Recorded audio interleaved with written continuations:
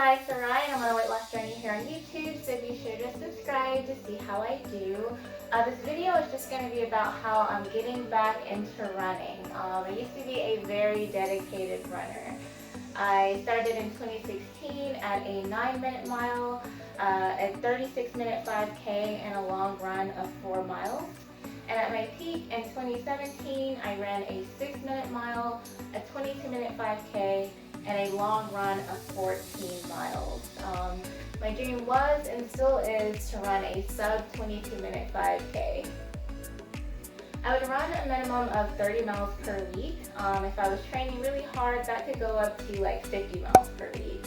And I was much leaner, which was awesome. I really want to get back there. So with running that much, you definitely learn some things. I had painfully tight hips and like calves, and that's kind of where I got my first introduction to yoga, doing like pre and post run stretches with yoga. I'll link to the ones I use down below.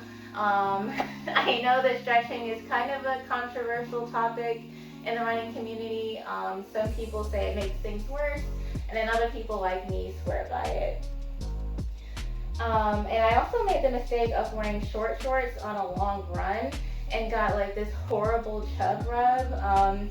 Even at my lowest weight of 123 pounds, I never had a thigh gap. So if it is longer than 3 miles, I'm definitely wearing capris or something even longer. I learned how to run in any type of weather. I would just dress for it as best I could and get out there. I did have a few slips and falls, but nothing too serious.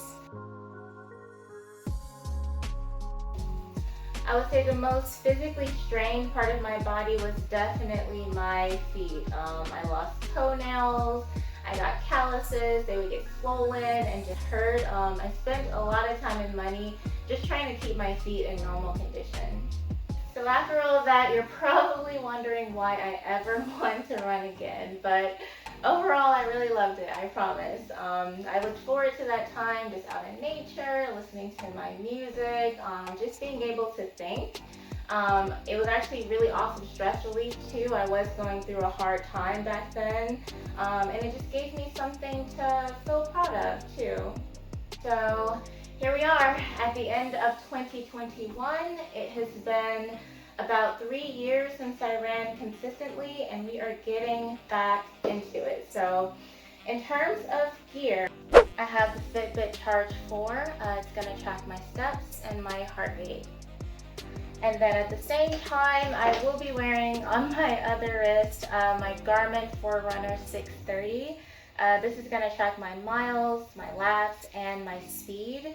It also alerts me when I'm going too slow. So Fitbit is where I like to keep all of my step tracking, and then Garmin is where I like to keep all of my run history. So that's why I wear 2 watches when I run. Don't judge me. I wear these cheap Bluedio headphones when I run. This is my 3rd pair of them, and I bought my first set back in 2016. I've worn them in the rain and they hold up just fine, and they have really long battery life. Okay, so I have 2 pair of running shoes, these Asics Gel Venture 7s that I got last year in 2020. They're cheaper now, but I paid around $65 back then. They're pretty standard, you know, no complaints, you know, but also nothing to write home about. They are a little tight around the ankle, so I would recommend skipping the first 2 holes. Very long laces, definitely a double bunny ear. And they do have wide ridges at the bottoms that kind of catch a lot of like small rocks and broken sticks and things like that. So that's a little bit annoying, but overall I really like them. And then we have the Saucony Ride 9s that I actually got back in 2016. You may have noticed that I was wearing them in those old photos that I put in this video. I paid $150 for them, and they're still mostly functional, but remember, I haven't been running for about 3 years or so.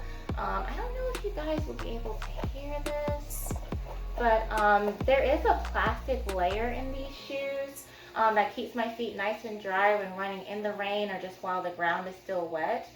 They are tight at the widest part of your foot, so I recommend skipping just that first hole there for comfort.